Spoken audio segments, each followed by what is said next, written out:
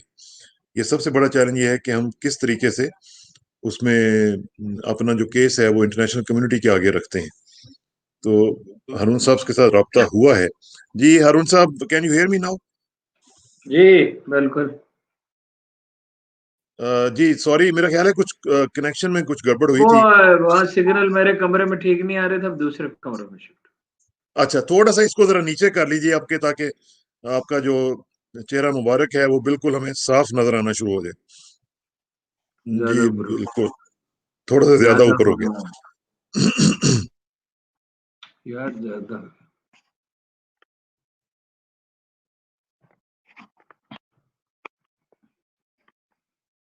ٹھیک ہے، اب ٹھیک ہے. جی اب آواز ٹھیک ہے. جی تو ہارون صاحب، آپ فرما رہے تھے گلگت بلتستان کے حوالے سے. جی پلیز کنٹینیو کیجیے گا. دیکھیے، اس الیکشن کی اصل اہمیت یہ ہے کہ اس کی نوعیت ہی بدل جائے گی اس خطے کی. یعنی اس طرح کے الیکشن نہیں ہوئے. بھٹو صاحب کے زمانے میں کچھ اصلاحات ہوئیں، بے نظیر کے زمانے میں کچھ اصلاحات ہوئیں، زرداری کے زمانے میں کچھ اصلاحات ہوئیں، پھر نہیں ہوئی اس کے بعد.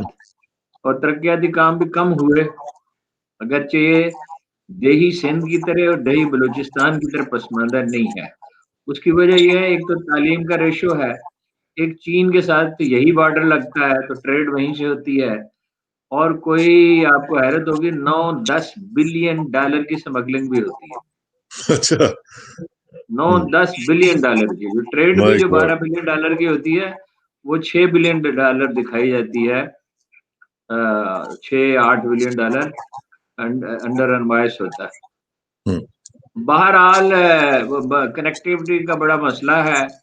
13-14 لاکھ رقبہ بہت بڑا ہے. 97% رقبہ قابل رہائش ہے ہی نہیں. اور مطلب جھیلیں ہیں، دریا ہیں، اور بعض جگہ پہ جہاں سبزہ ہے بہت خوبصورت علاقے بھی ہیں. لیکن یہ ہے کہ ویسے یہ تعلیم کا تناسب زیادہ ہونے کی وجہ سے زیادہ تر لوگ کچھ وہیں کام کرتے ہیں. زیادہ تر لوگ اپنے علاقے سے باہر نکل کے جابس کرتے ہیں.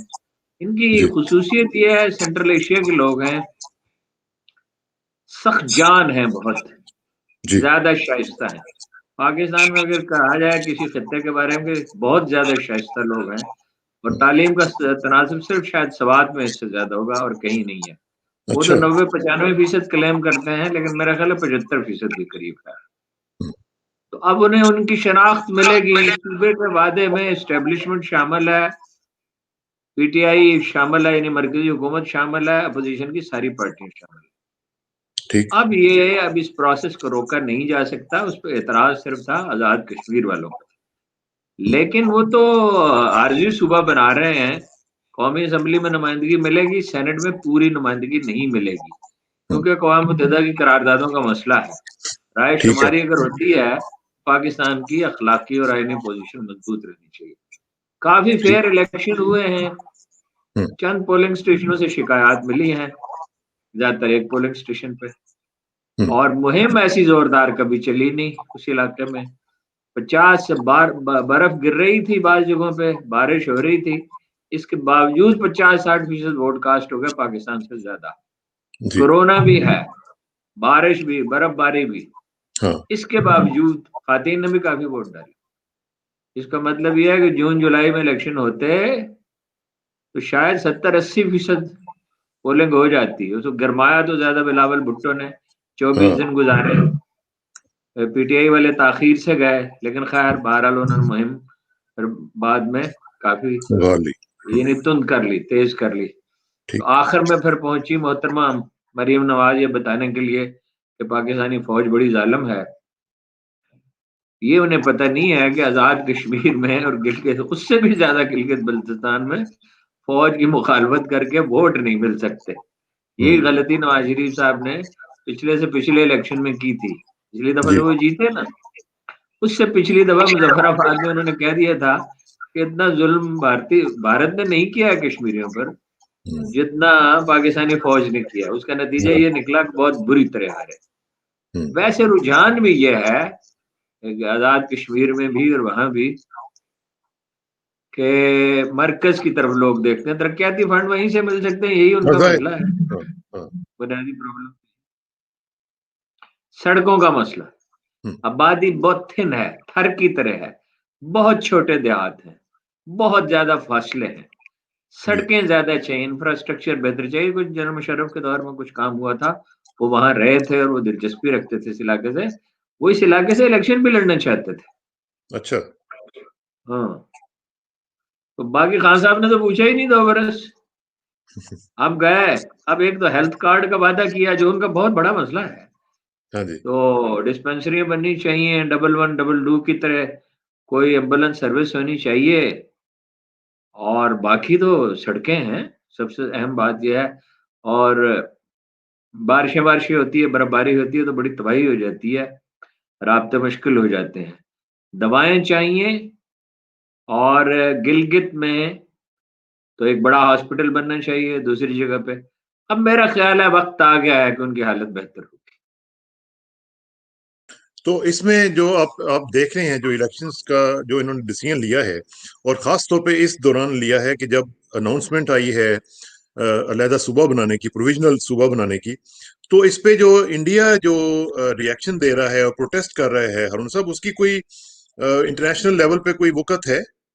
اسی کیا وقت ہے، یعنی اتنی پارٹیسپیشن ہے.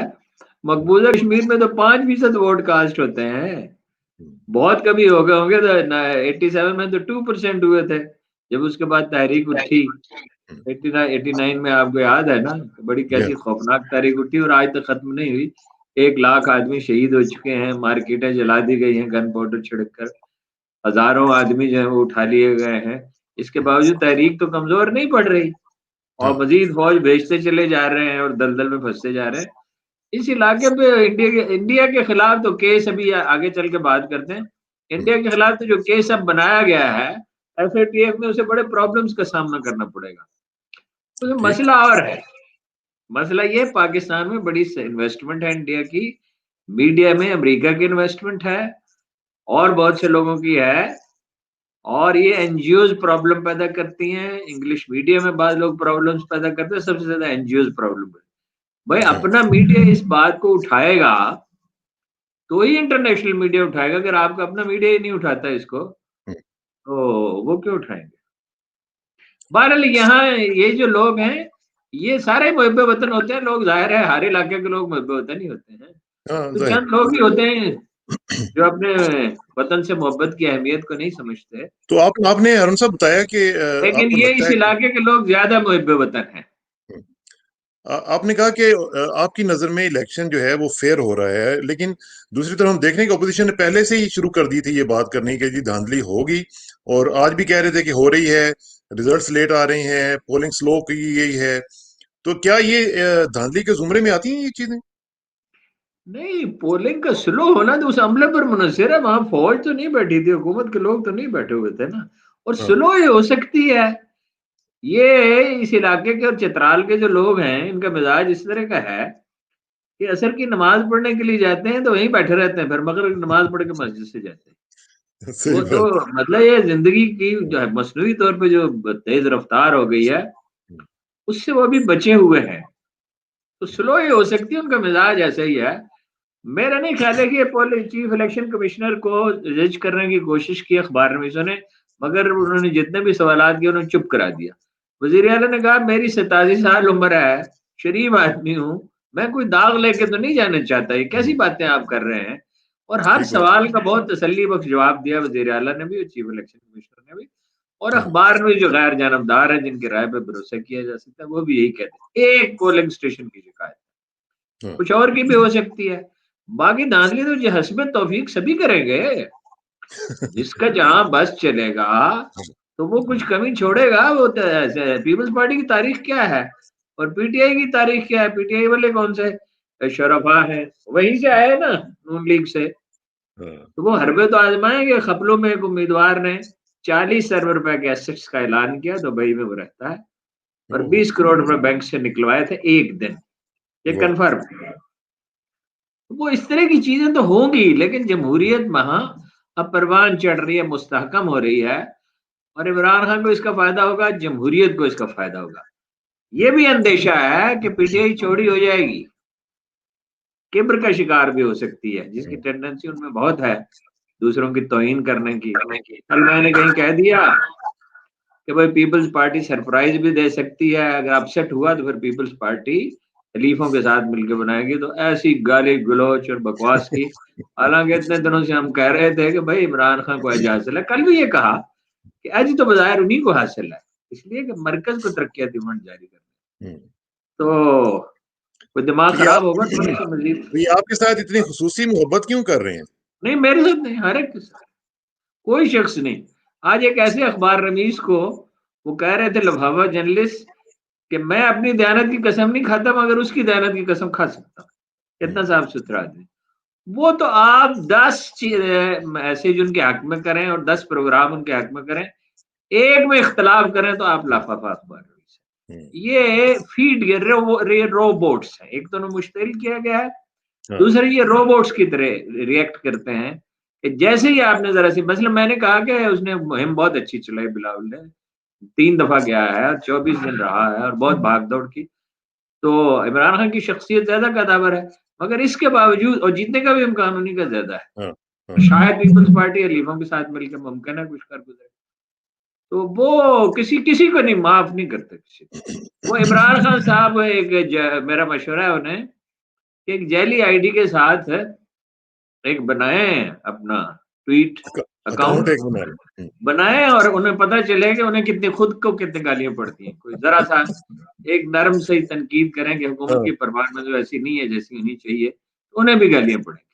تو یہ عمران صاحب کا مشورہ دیں نا، آپ کے دوست ہیں پرانے. مشورہ دیا، 1000 بار دیا مشورہ، لیکن اب ان کا اپنے آپ پہ قابو تھوڑی رہتا ہے حکمران. تو آپ کو پتا ہے ددار میں آنے کے بعد لوگ ایکسپوز ہوتے ہیں، اصل شخصیت ان کے سامنے آتی ہے. اور جب آدمی اتنا برگزیدہ خود کو سمجھنے لگے تو بھائی ایک پوائنٹ ہے ان کے پاس کہ کرپٹ ہے، کرپٹ نہیں ہے، باقی سارے کرپٹ ہیں. تو یہ 40,000 سال کی انسانی تاریخ میں پہلی بار ایک ایماندار آدمی پیدا ہو گیا، ایسا لگتا ہے. لیکن کرپٹ تو نہیں ہے نا، اس میں تو کوئی شک نہیں ہے. نہیں تو کون کہتا ہے اس کا انکمپیٹنٹ ہے، مردم شناس نہیں ہے، معاملہ فہم نہیں ہے، سیاست اور معیشت کی پیچیدگیوں کو نہیں سمجھتا، ذہنی ریاضت نہیں کرتا. تو دیانتدار یہ میرے محلے میں 10 آدمی میں دکھا دیتا ہوں جو مالی معاملات میں بالکل دیانتدار ہے. تو یہ ایک آدمی دیانتدار ہے اور اس کو آپ ڈرائیور رکھ لیں گے کہ گاڑی چلانی نہیں آتی، باورچی رکھ لیں گے اس کو. یہ ہمارا موضوع نہیں ہے آج. موضوع تو نہیں ہے، لیکن 22 سال 25 سال یہ آپ نے ہی ہمیں بتایا تھا کہ بڑا شاندار آدمی ہے. نہیں میں نے 22-25 سال نہیں بتایا، میں نے 2013 کے بعد کہا کہ نہایت مکانہ فیصلے کر رہا ہے. 2013 کے بعد کبھی غیر مشروط تائید میں نے نہیں کی، لیکن اگر وہ اچھا کام کرے تو ظاہر ہے اس کی تائید تو کریں. دوسری مغالطہ اس لیے پیدا ہوتا ہے کہ زرداری کے خلاف اور نواز شریف کے زرداری خاندان اور نواز شریف خاندان کے خلاف ہم بات نہ کریں تو کیا کریں. آج ہی ان کی 25 ارب روپے کی منی لانڈرنگ کے ثبوت ملے ہیں، اور آج یہ ایف آئی اے نے رپورٹ دی ہے شہباز شریف اور سلمان شہباز کے. تو کیا کریں پھر؟ تو ظاہر ہے اس کا فائدہ انڈائریکٹلی اس کو پہنچتا ہے.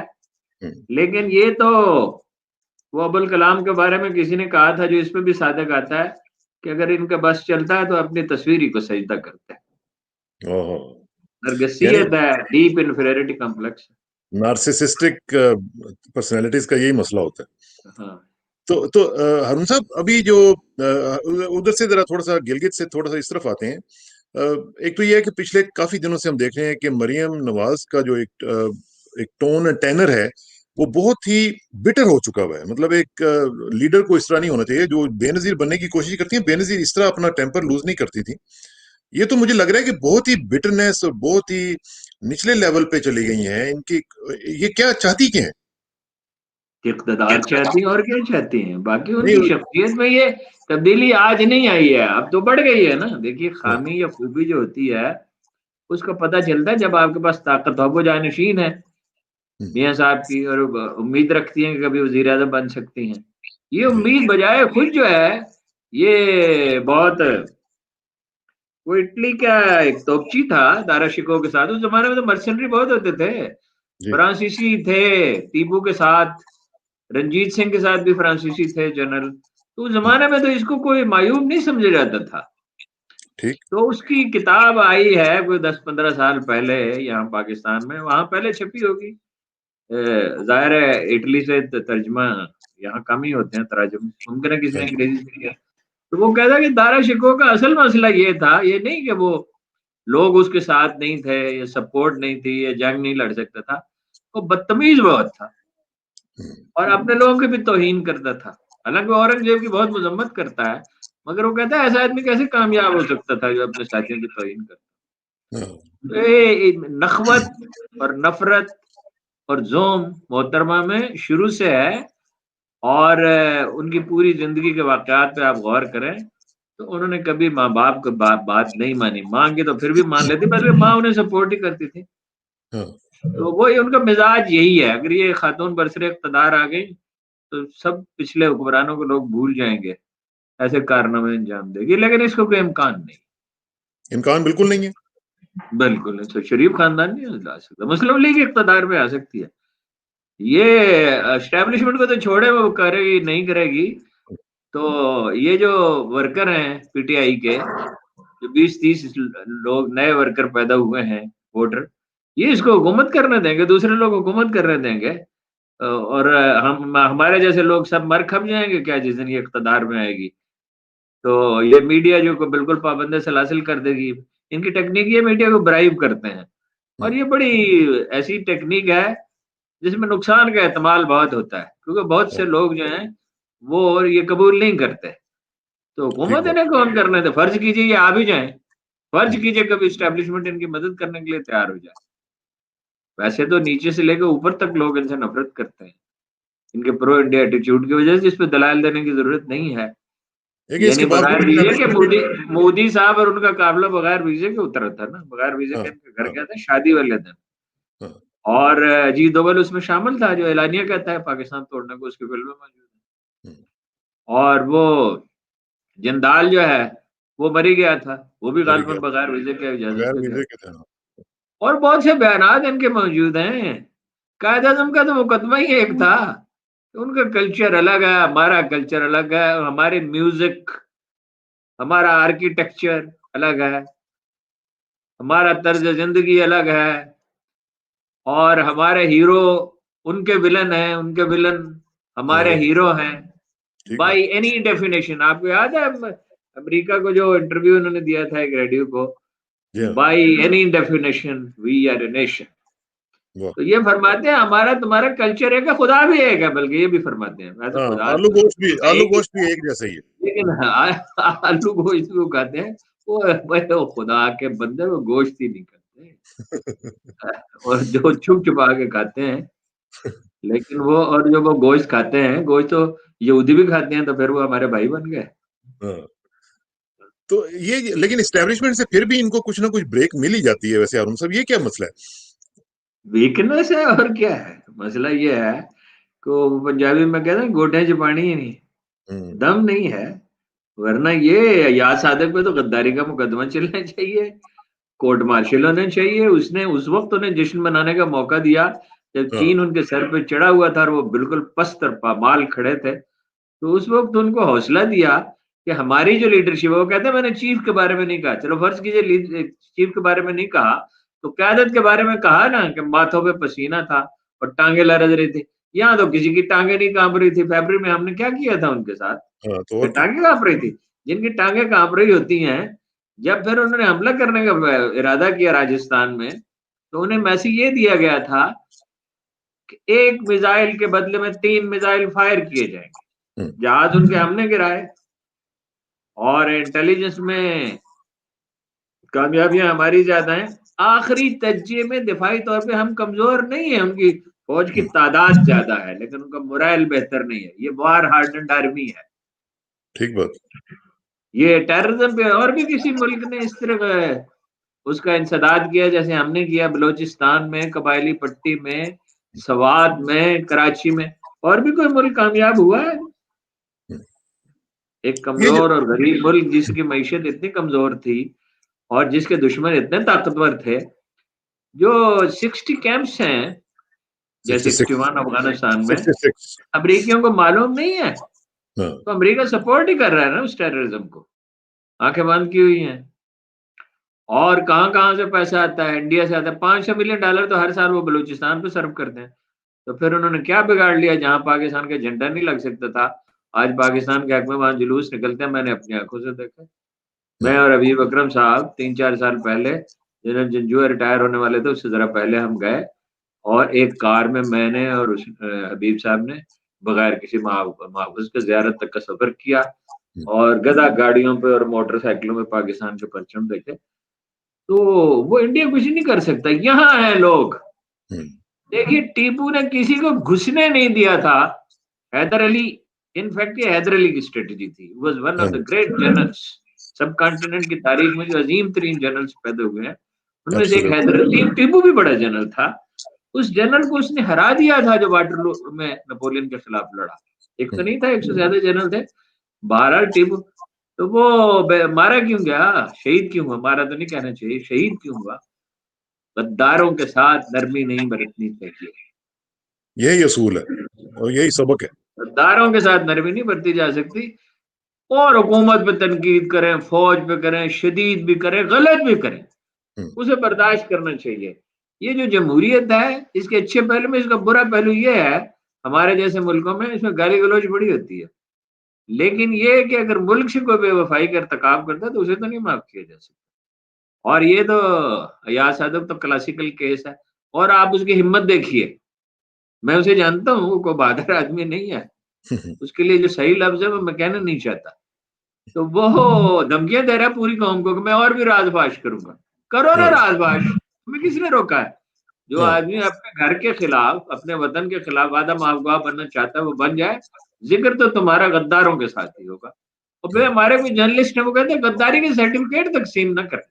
تو سرٹیفکیٹ تقسیم کرنا ایک اور رویہ ہے. جیسے فاطمہ جناح کے بارے میں ناروا بات کہی گئی یا اپوزیشن کے بارے میں کہی جاتی تھی, اب نہیں کہی جاتی.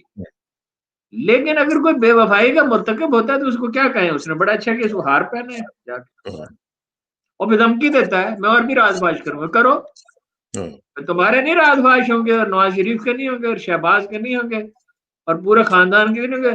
خواتین تک بیچاری جو ہیں ان کے نام پر منی لانڈرنگ کرتے ہو, کیا ان سے کہا جائے؟ میڈیا میں ایسے لوگ ہیں, این جی اوز میں, اخبار نویسوں کو کیا کام ہے این جی اوز بنانا؟ کتنے اخبار نویسوں نے این جی اوز بنائی ہوئی ہیں. یہ بھی کرن ریسنٹ صاحب جو فینومینا. انٹرویو کر رہا تھا موحید یوسف کا, آپ نے دیکھا تو وہ بار بار ڈان کا حوالہ دے رہا تھا. ڈان میں یہ لکھا, ڈان میں یہ لکھا. ڈان کے بارے میں یہ باور کیا جاتا ہے کہ یہ mid 50s سے یہ امریکہ کے سائے میں ہے. میں تو کہا تھا, جنہوں نے فیصلہ کرنا تھا ان سے کہا تھا, مل کے کہا تھا, پبلکلی بھی کہا تھا, مل کے بھی کہا تھا. انہوں نے کہا میڈیا میں ریئیکشن ہوگا. میں نے کہا بالکل نہیں ہوگا, آپ بڑے مغالطے میں ہیں. اخبار نویسوں کی اکثریت محب وطن ہے. اے پی این ایس, سی پی این اے کو اعتماد میں لیں, لیکن نہیں ہمت دکھائی. اب اس کا کیا علاج ہے؟ اب آگے دیکھیں نا, اب آگے ڈوزیئر بنے ہیں, اور 2 سال گزر, پچھلے سال اگست کی بات ہے, 1.25 سال گزر گیا, اب خیال آیا ہے بھرپور مہم چلانے کا. یہ تو پہلے چلانی چاہیے تھی. اور یہ انفارمیشن تو پہلے بھی ہوگی نا. یہ انفارمیشن تو زمانوں سے ہے. یہ انفارمیشن یہ کالیں تحریک طالبان پاکستان کے کمانڈروں کو اگر تم نہ کام نہ کیا تمہارے پیسے بند کر دیں گے, اور یہ فارمولا کہ آئی ڈی سے جتنے لوگ مریں گے اتنے پیسے دیے جائیں گے, یہ تو پرانے قصے ہیں. تو 20 سال سے یہ بن رہی ہیں چیزیں, اور یہ بھی سب کو معلوم ہے. یہ تو 83 میں نے لکھا تھا کہ پونا سے لے کے تو بمبئی تک دہشت گردوں کے ٹریننگ کیمپ ہیں. 83 میں چھپا ہوا موجود ہے, جب تحریک چل رہی تھی. یعنی تحریک تو جمہوریت کے لیے جو چل رہی تھی وہ تو ٹھیک تھی, لیکن اس میں انتہا پسند جو سندھی تھے وہ ٹریننگ لے کے آئے تھے، پھر دادو کی پہاڑی میں انہوں نے ایم کیو ایم کے لوگوں کو ٹریننگ دی، اور جب بے نظیر قتل ہوئی بیچاری تو یہ سرکاری بلڈنگوں کو، ریلوے اسٹیشنوں کو آگ کس نے لگائی تھی؟ پیپلز پارٹی کے کارکنوں نے تو نہیں لگائی تھی، وہ تو جی ایس این کے لوگوں نے لگائی تھی، انتہا پسندوں نے، اور ایم آئی 6 کے ایما پر وہ کام کر، اور ایم آئی 6 کے پاس ایک پلان ہے جو کسی زمانے میں بنایا تھا، اب اس کو دیکھ کے تو اشکبار ہی وہ ہو سکتے ہیں کہ گوادر سے لے کے تو کراچی تک کا علاقہ الگ کر دیا جائے۔ گوادر کی بڑی قدر و قیمت ہے، پاکستان کی بہت اسٹریٹجیکل اہمیت ہے، لیکن جتنے آپ اہم ہوتے ہیں اتنے ہی یہ بیسک اصول ہے تاریخ میں، اتنے ہی آپ کے حاسد ہوتے ہیں، اتنے ہی آپ کے دشمن ہوتے ہیں۔ بے شک گورا رنگ تے شربتی اکھیاں، پنڈ سارا ویری ہو گیا۔ صحیح پاکستان کی اہمیت بہت زیادہ ہے۔ وہ میڈلین البرائٹ تھی وزیر خارجہ ایک زمانے میں، ہاں، یہی نام تھا میڈلین لگ آلبرائٹ، ہاں بھگ۔ اس نے کہا تھا پاکستان جو ہے، کیا وہ انگریزی کے لفظ ذہن میں نہیں آ رہے، پاکستان ایک درد سر ہے دنیا کا، پاکستان کے بغیر مڈل ایسٹ سینٹرل ایشیا میں کچھ نہیں ہو سکتا، اور مڈل ایسٹ میں بھی پاکستان کی ایک اہمیت ہے، اسرائیل کے نقطہ نظر سے پاکستان کی بہت غیر معمولی اہمیت ہے، یہ دنیا کی عالم اسلام کی واحد ایٹمی طاقت ہے، اور اس میں یہ انڈیا سے بہت آگے ہے۔ میزائل ہم نے خود بنائے ہیں، انڈیا نہیں بنا سکا اس طرح کے میزائل، اور قریب قریب ہے ویسے، اب انہوں نے خریدے ہیں۔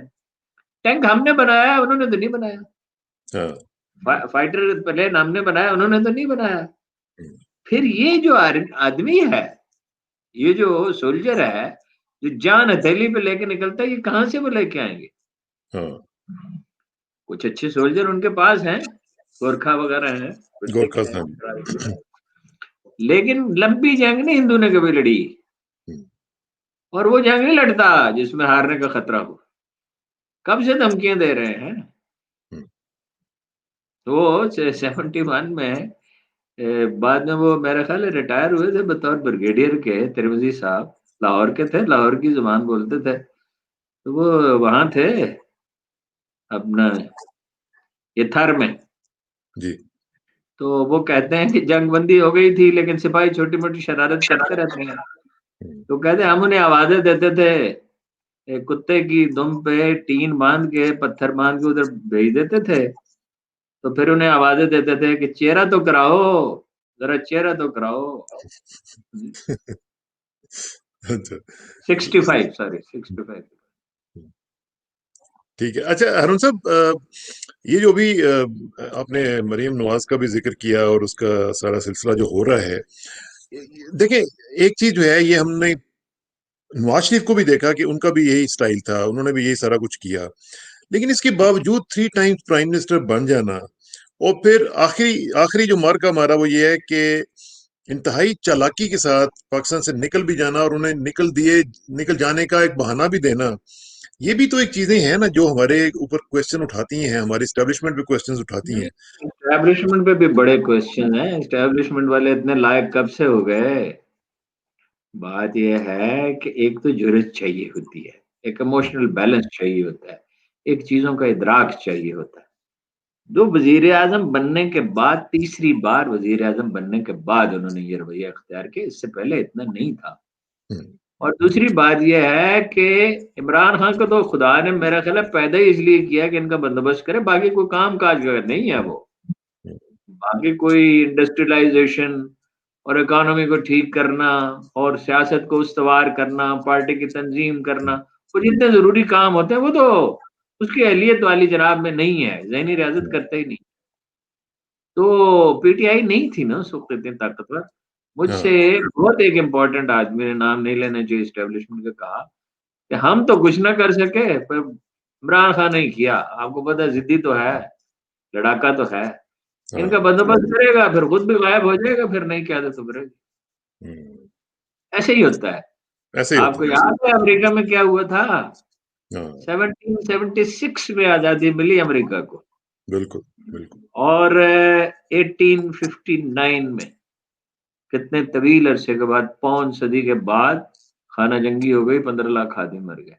ریاستیں اسی طرح مرج ہوتی ہیں۔ قائد اعظم کہتے تھے It will take 100 years. قوم کو ایک ملک تھوڑی تھا، یہ تو گزرگاہ تھی. بالکل یہ ملک تو نہیں تھا، ایک نیا ملک ہے. جیسے پروفیسر صاحب کہتے ہیں ایک ملک بنایا ہے شیطان نے، ایک بنایا ہے رحمان نے. اس کی ایک تقدیر ہے، ہمیں تو اس میں کوئی شبہ نہیں. حدیثوں میں اس کے اشارات موجود ہیں. اس کو بہترین لوگوں نے بنایا ہے. اس کو قائد اعظم نے بنایا، اسے اقبال نے بنایا، جیسا شاعر تاریخ انسانی میں کبھی پیدا ہی نہیں ہوا، جس نے زبان بدل ڈالی، لب و لہجہ بدل ڈالا. جو اتنا بڑا سیاسی مدبر تھا کہ پاکستان بننے سے 30 سال پہلے اس نے کہا کہ مسلمانوں کی الگ ریاستیں بننی چاہیے. 1930 میں تو انہوں نے خطبے میں واضح کر دیا 2 مسلمان ریاستیں بننی چاہیے. میری آنکھیں دیکھ رہی ہیں 2 مسلمان ریاستیں. اور قائد اعظم جو تھے وہ کیسے لیڈر تھے؟ کوئی آدمی، ابراہم لنکن ایک لہکتا ہوا ستارہ ہے امریکی تاریخ میں اخلاقی عظمت کا، لیکن اگر آپ قائد اعظم کا ان سے موازنہ کریں تو آپ حیرت زدہ رہ جائیں گے. میں نے پڑھا ہے لنکن کو کافی غور سے، اور میں بڑا مداح ہوں گا. قائد اعظم کا تو ایک واقعہ بھی نہیں جھوٹ بولنے کا ساری زندگی میں. یعنی کبھی کسی نے کہا بھی نہیں کہ قائد اعظم آپ نے فلاں موقع پہ جھوٹ بولا. خیانت کا، بےایمانی کا، دولت سے محبت کا ایک واقعہ بھی نہیں. غیبت نہیں کرتے تھے، وقت ضائع نہیں کرتے تھے. کوئی وہ لیڈی ماؤنٹ بیٹن کے خطوط جو نہرو کے نام تھے اور نہرو کے اس کے نام جو خطوط تھے وہ انہیں پیش کیے گئے تھے نا، تو انہوں نے کیا کہا؟ آدمی کا پتہ چلتا ہے اس کے ریفلیکس سیکشن میں جو فوری وہ فیصلہ کرتا. انہوں نے بہت ہی اس سے سختی کے ساتھ کہا کہ لے جاؤ یہ کام ہم نہیں کرتے. تو یہ کن لوگوں نے بنایا؟ نواب بہادر یار جنگ کس اخلاقی عظمت کے آدمی تھے. مولانا محمد علی جوہر جب ان کے پاس جاتے تھے، آپ کو پتا ہے وہ مریض جلدی ہو گئے تھے شوگر کے، اور بہت جدوجہد بھی بہت کی تھی، بہت ایسی زندگی گزاری تھی. اماں بڑی سخت تھی ان کی، ذرا سی بھی سستی کریں تو ڈانٹ ڈپٹ بہت کرتی تھی. اور خود بھی ماشاءاللہ میدان میں نکلی اور چادر اوڑھ کے محترمہ فاطمہ جناح کی طرح، مگر بے حد بہادر خاتون تھی. اور 27 سال کی تھیں جب ان کے شوہر کا انتقال ہوا، اور 6 بچے پالے، اور اپنے زیور بیچ کے انہیں مولانا شوکت علی کو اور مولانا محمد علی جوہر کو لندن سے بھی تعلیم دلوائی. کیا بات. وہ جب ان کے پاس جاتے تھے لوگ تو وہ کہتے تھے میرے پاس کیا لینے آیا، اس محمد علی کے پاس جاؤ. اور حضرت موہانی جنہوں نے کبھی یہ کہا تھا کہ اس آدمی کا نہ لباس اسلامی ہے نہ زبان اسلامی ہے، آخر میں کیسی بیعت کی انہوں نے. یعنی جو سب سے کھرا آدمی اگر کوئی کہا جا سکتا ہے درویش اور فقیر تو حضرت موہانی تھے نا. تو یہ سارا مسلم برصغیر ان پہ فدا ہو گیا. 75.6% ووٹ تو انہوں نے لیے، باقی بھی ان کے خلاف نہیں تھے. پاکستان کے خلاف ووٹ 5-10% سے زیادہ نہیں تھے، باقی لوکل ووٹس ہوتے ہیں، برادریوں کے ہوتے ہیں، کئی طرح کے ہوتے ہیں. تو پاکستان کے مستقبل کے بارے میں جو لوگ اندیشہ پالتے ہیں وہ غلط فہمی میں ہے. ابھی دیکھ لیا نا جی گلگت بلتستان میں نون لیگ نے، اور ابھی تو بہت کچھ دیکھے گی. الطاف حسین کا کیا انجام ہوا، اس سے مختلف انجام ان کا نہیں ہوگا. یہ بلکہ فیصلے زمین پہ تو نہیں ہوتے، سوال بھی ساتھ فیصلے کہاں ہوتے ہیں؟ فیصلے عرش معلیٰ پہ ہوتے ہیں. وَإِلَى اللَّهِ تُرْجَعُ الْأُمُورُ. وہ وقت آیا چاہتا ہے جب یہ لوگ ہیں، اور وقت کتنا لگتا ہے ہم کہہ نہیں سکتے. لیکن پاکستان کو بہت بڑا تاریخ میں ایک رول ہے. یہ ملک تو بنتا ہی نہیں تھا، یہ بنا کیسے؟ اور یہ بچتا ہی نہیں تھا، یہ بچا کیسے؟ ہر کرائسس سے یہ بچ نکلتا ہے. صحیح بات. آج تو ہم اس پوزیشن میں ہیں کہ ہمیں کوئی دھمکی دے. یہ تو آپ کے علم ہے نا 2 دفعہ اسرائیلی طیارے جو انڈیا پہنچ گئے، ان پہ انڈین ایئر فورس کے پینٹ بھی کر دیا گیا. ٹولڈ ایک دفعہ تو جاولک ایئرپورٹ پہ تھے، تو یہاں ایک آدمی ہوتا ہے اسرائیل کا امریکی ایمبیسی میں، اسے بتایا گیا کہ اڑا دیں گے، اس کا نتیجہ بھگت لو گے، تو بھاگ گئے. کتنی انہوں نے پلاننگ کی ہوگی، خطرہ تو نے پاکستان سے ہی ہے نا. تو ہارون صاحب یہ جو ابھی صورتحال دیکھ رہے ہیں آپ، ابھی فیوچر کی طرف اگر نظر ڈالتے ہیں تو پاکستان کو آپ کہاں پہ دیکھتے ہیں؟ ابھی پاکستان کو توڑنے کی خدا نخواستہ ہر جگہ پہ کوشش ہوتی ہے، بھارت جو ہے وہ لگا ہوا ہے، ابھی وہ دوسیے بھی آ رہے ہیں. سارے لوگ لگے رہے، پاکستان کا جو مشکل ترین وقت تھا وہ گزر گیا. اب جو حکومت ہے اس کی ترجیحات ٹھیک نہیں ہے، اس پہ بات کرتے ہیں. دیکھیے آپ کو وہ دن خوب یاد ہوں گے، ایک ہفتے میں 3 سے 5 بڑے دھماکے ہوتے، چھوٹے نہیں، 50-60 آدمی مر جاتے.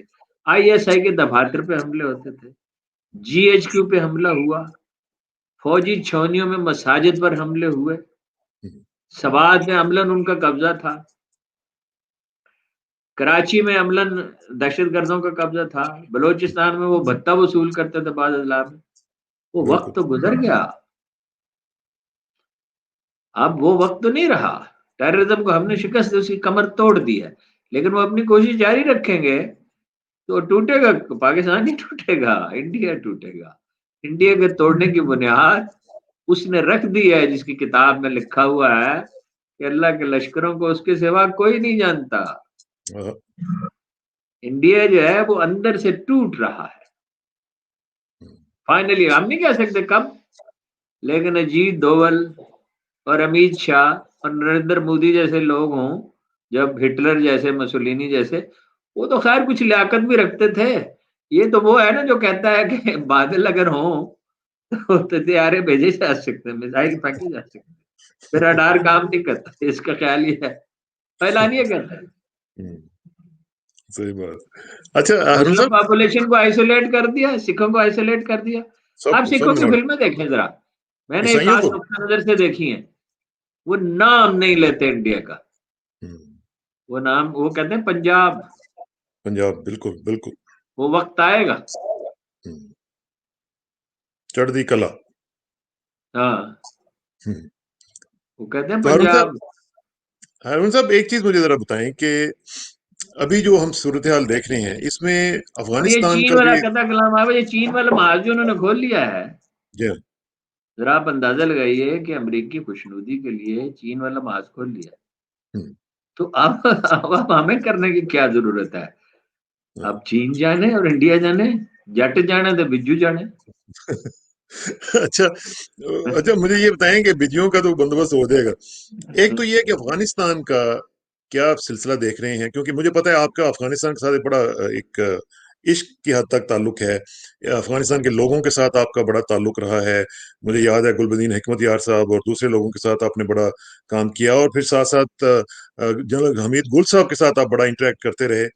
تو اب جو فیوچر ہے، اسپیشلی اگر یہ پیس ٹاکس ہو جاتی ہیں، طالبان آ جاتے ہیں، تو پھر کیا رول دیکھیں آپ افغانستان کا؟ نہیں، اب طالبان نہیں آئیں گے تنہا. دیکھیے افغانستان کے مسئلے کا ایک ہی حل ہے، وہ ہے قومی حکومت.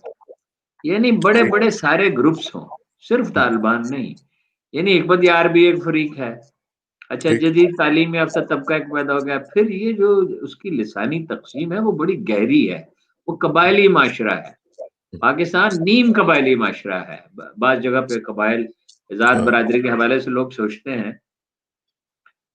ازبک ہیں، سب سے بڑا گروپ تو پشتون ہے، پھر تاجک ہیں، پھر ازبک ہیں، پھر ہزارہ ہیں.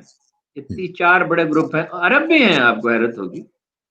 اور کچھ اور نورستانی ہے، یہ جو ہمارے کافرستان والا لوگ ہیں. جب یونانی جو تھے، کہا جاتا ہے کہ وہ بھاگے ٹیکسلا میں تو کچھ عرصہ 10 سال حکومت کی نا سکندر اعظم کے جانے کے بعد بھی. تو کچھ ان پہاڑوں میں ہمارے دشوار گزار پہاڑوں میں جا چکے، کوئی افغانستان میں جا چکے.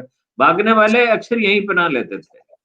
یہ جو ہمارے ہے نا عوان بھائی، جو یہ اصلاً عرب ہیں، انہوں نے بھی پہلے پنشیر میں ہی پناہ لی تھی. اچھا. ہاں ہاں، اور پراچا بھی. اچھا، جو یہ بھی وہاں سے. پراچا ہے نا، یہ پراچا جو ہے نا، یہ تاجک ہے نسلاً. اچھا. ہاں، وہ پنشیری ان کو وہاں کہا جاتا ہے. تو وہ تجارت میں وہ بھی کمال ہے، بڑا ہنر رکھتے ہیں، یہ ان کے خون میں ہے.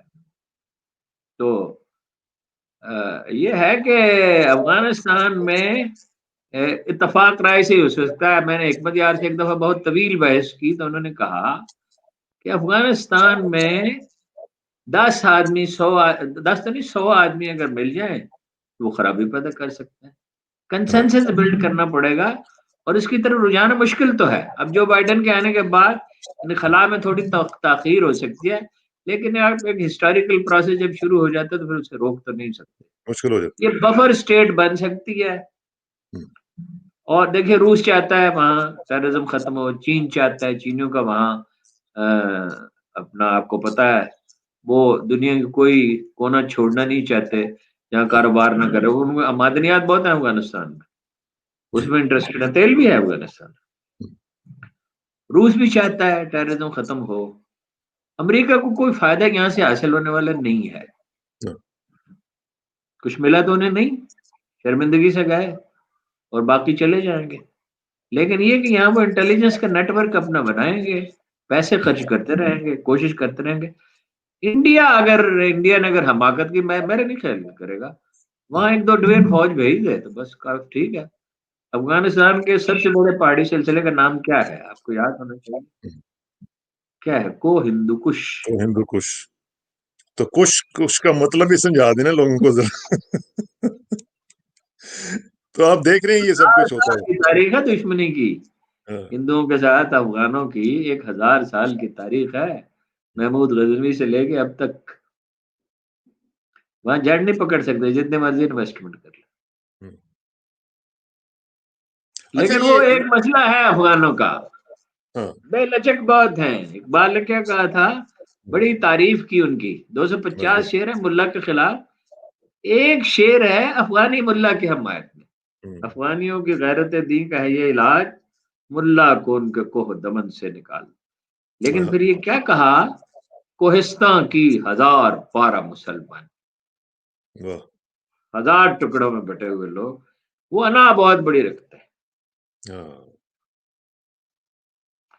حکمت یار نے مجھے ایک دفعہ کہا کہ میں نے تو سب کو معاف کر دیا، لیکن یہ کہ وہ ایک آدمی کے معاف کرنے سے تو نہیں ہوتا نا. سروائیول ان کا اب جو ہے اسی میں ہے کہ اور یہ جو طالبان ہے یہ وہ طالبان نہیں ہے، ان میں بڑی تبدیلی ہے. معاشرہ بھی بدل چکا ہے اور پیسوں کی ضرورت ہوگی مستقل ملک چلانے کے لیے. کچھ چیزوں پہ اتفاق رائے بھی ہے، صدارتی نظام پہ ہے، شرعی قوانین کے میجورٹی شرعی قوانین چاہتی ہے. پاور شیئر کرنی ہوگی. ظاہر شاہ کے زمانے میں افغانستان اور طرح سے چلتا ہے. افغانستان مثلا پامیر ہائٹس پہ ترک رہتے تھے.